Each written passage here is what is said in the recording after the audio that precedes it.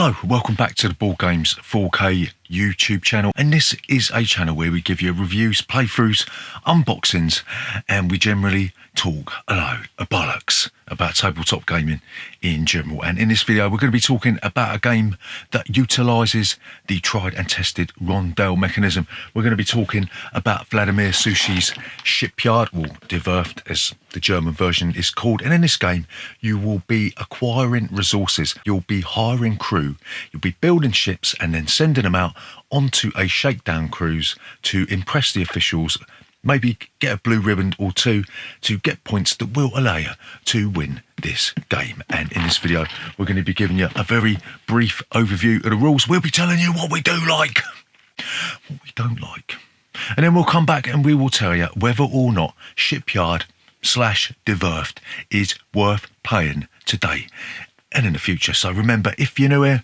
then please consider subscribing to this channel. Leave a comment in that section down below, and we'll see you after this.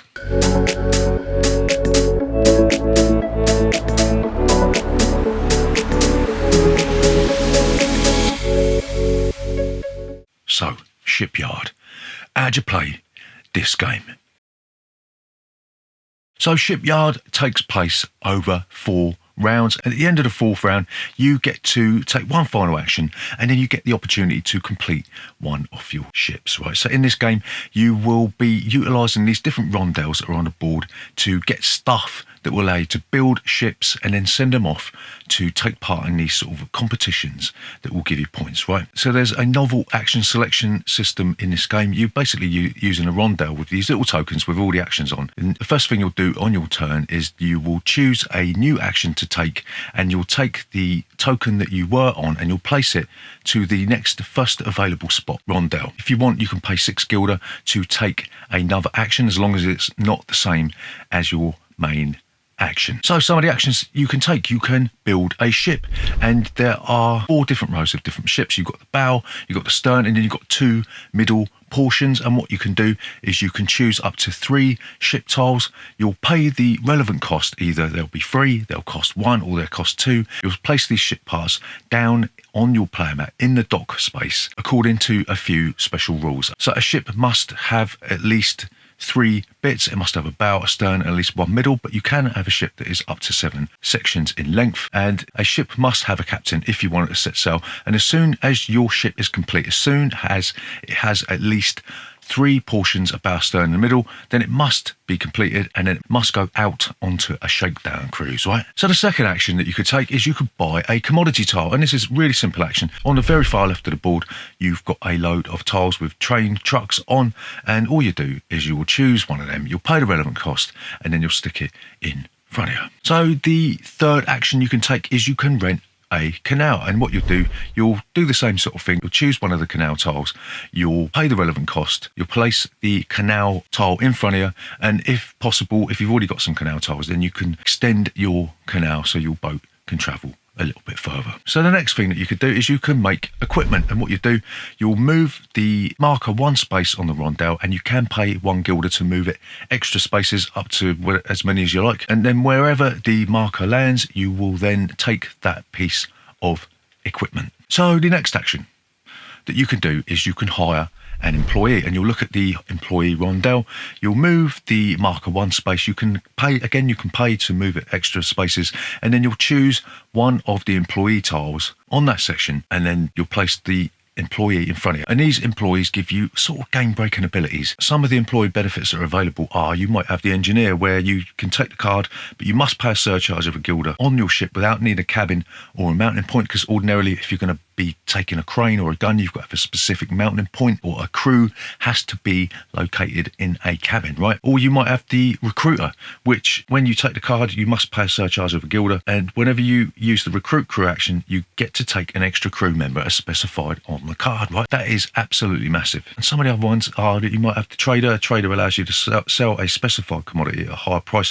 when you exchange commodities, and we're going to talk about that right now. So the next thing that you could do is you can exchange commodities. You've got two options here. You can either barter, in which case you'll top up the cost of all the commodities that are on the train cards that you've got, and you'll get the value in guilders, or you can move the marker one space, and then you will be able to choose to acquire either goods or crew members, dependent on what resources are on the train card. And you'll discard the train card and you'll take all the stuff. So the final action you can do is you can receive a subsidy, and you'll just take 2 coins. But you've got to remember there's also another way of getting income in this game, because when you move your marker on the action selection portion of the game, if you choose an action where there's other players already in front of you, then you get 1 guilder for every player that's in front of you. And also, if there's 3 or more spaces between the action you're taking and the next action, that's empty spaces, then you get 1 guilder for every 3 empty spaces, right? So there's a nice little way of earning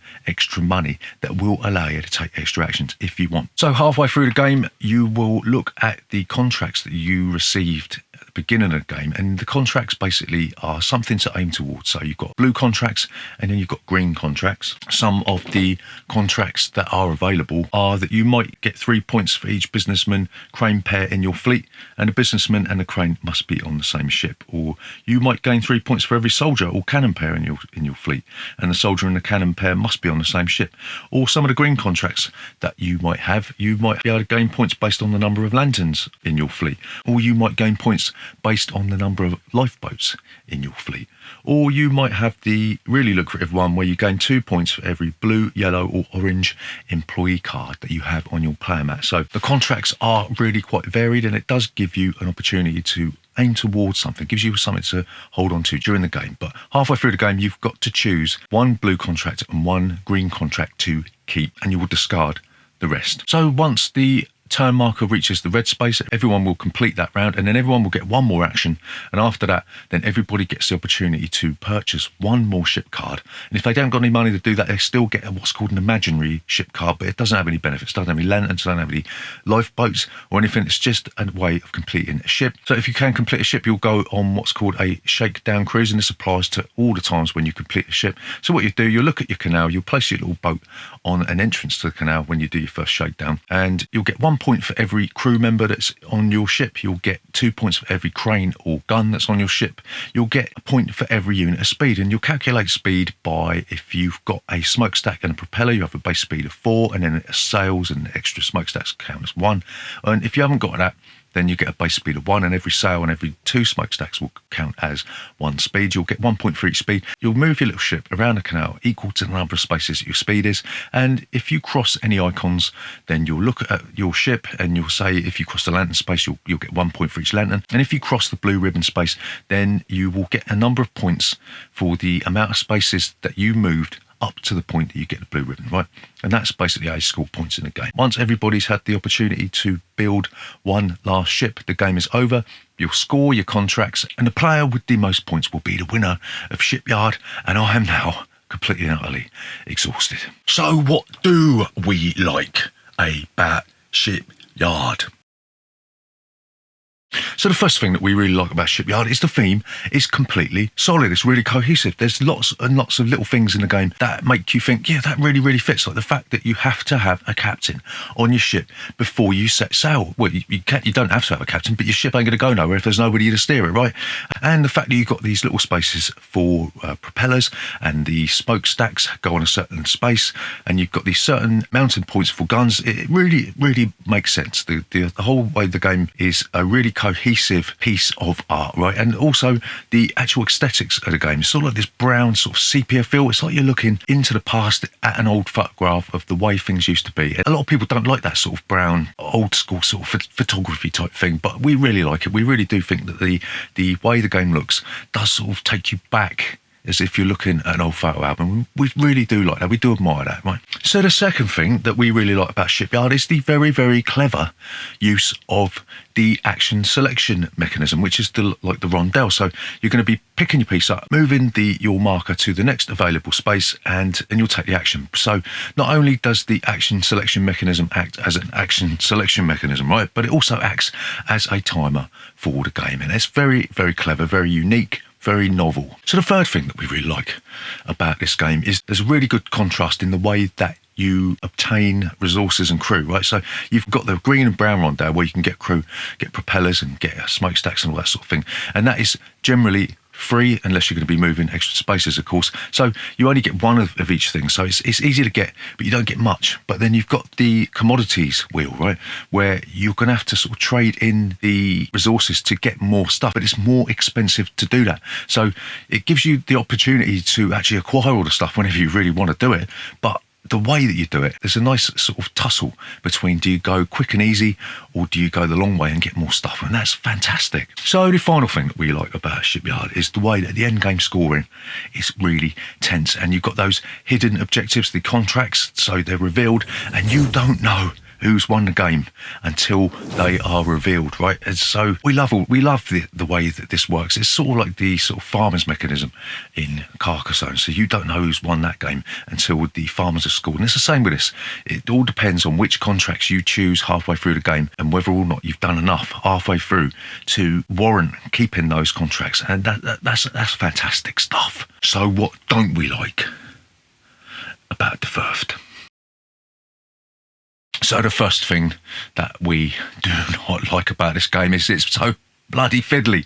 It's more fiddly than a fiddly thing from Fiddlyville, right? This game came with no insert. It was just a bunch of punch boards, and once you've punched out all the tiny little smokestacks, there's nowhere to put them. So you're going to have to go out and get yourself one of these wham boxes. But even then, they do my head in because you're constantly sort of trying to get your little fat fingers into the box to try and get out that tiny little propeller, and it does my nut in. But there you go, that's the way it is. The game is really fiddly. Things were flying all over the place. You're trying to pick up your markers, move them, and it goes flying all over the place. Done my head in, but there you go. That is life, right? So the second thing that we don't like about Shipyard is, on occasion, every 4 turns or so, you're going to be doing something that you don't really want to do. You're going to be looking at the wheel, you'll be like going, I don't need employees. I'm not going for that. I don't need employees. I'm not going for that. I don't need to get a cheap smokestack. So you're just doing something for the sake of it. And more often than not, you're going to be going for the money. But sometimes that is already gone anyway. So there are occasions where you're going to be stuck for things to do in this game, right? So the third thing that we don't like about Shipyard is the way that the contracts can sometimes be unbalanced dependent on whether or not you get decent ones or not. And we played this the other day, and my wife, she had the contract where you get extra points dependent on the colours of employees that you've got, and that was massive. She got truckloads of points for that. And I had the one where you get points for officers that are in your ships, and I really struggled to sort that out because I just couldn't build enough ships. Yeah, so the contracts are unbalanced. There is a variant where you can reveal the contracts at the beginning of the game, and then you get to choose 2 from maybe 6 of each colour. But we didn't play that. We wanted to play it by the rule books when we played this loads of times, but recently, the last game we played, we wanted to play it by the rules. So yeah, you just be aware that some of the contracts can be a little bit unbalanced. So the final thing that we don't like about Shipyard is that we kept on forgetting to move the action token to the next available space. We kept forgetting it. So we were too busy thinking about what we were going to do, moved our pieces, and then we're thinking, oh crap, I didn't move the action tile. Where was I? What was I doing? So we kept doing it. And even though I was saying to myself while we were playing it, don't forget to do it, I kept forgetting. And I also kept forgetting that you could pay 6 guilder to take an extra action. And I kept shooting myself in the foot. There's reminders for most stuff on the board, but there's no reminder for those 2 specific things. So that is a nightmare. So to summarise, is Shipyard still worth playing today and in the future? And we are going to say an absolute yes. This is a deeply engrossing sort of action selection, engine building, economic type game. It's got a really novel action selection mechanism that also acts as a timer, something that we haven't really seen much of in board games. And it really does keep the game fresh. So you know that the further behind you are going to take actions, you're going to get more money for that. So the way that it reminds us a little bit of Trajan, you know, that the way that the timer is dependent on how many spaces you move. It doesn't remind us of Trajan at all. So the best games of this type give you something to build and then it gives you the opportunity to show it off, right? And this game doesn't disappoint in that respect, because you're going to be acquiring resources, you're going to be building your ship, and then you'll be sending your ship out to be scored. So not only do you get the satisfaction of crafting something out of the available resources that you got, but you also get to show it off and wow the other players with how many points you score. And there's nothing more satisfying than having a 7-tile ship, sending it off down a canal, and watch your opponent's jaws drop as you score 40 points for that beast of a ship, right? So the game does suffer from a couple of minor niggles. It does suffer from the fact that there are all these little nuances, that you've got to have a captain, they've got to be in a cabin. You've got these sort of unclear rules where you can score points for businessmen matched with cranes and all that sort of stuff. So there is stuff that you've got to consider, and it's very easy to forget certain rules that could make you win the game. But maybe that's just us. Maybe we just don't have that sort of mental capacity where we can absorb all these fiddly rules. But nonetheless, Shipyard is absolutely a 5-star game. It is one of the best rondel games. It takes Matt Gertz and it pumps him full of steroids. It's like the Abomination out of Zombicide if it was a rondel game, you know what I mean? There's about 5 different rondels, and it is a fantastic game. It's a 5-star game. Shipyard is without doubt one of our favourite games of all time. It's absolutely worth playing. It is fiddly. Go out and get yourself an insert for it or something, because you will be tearing your hair out.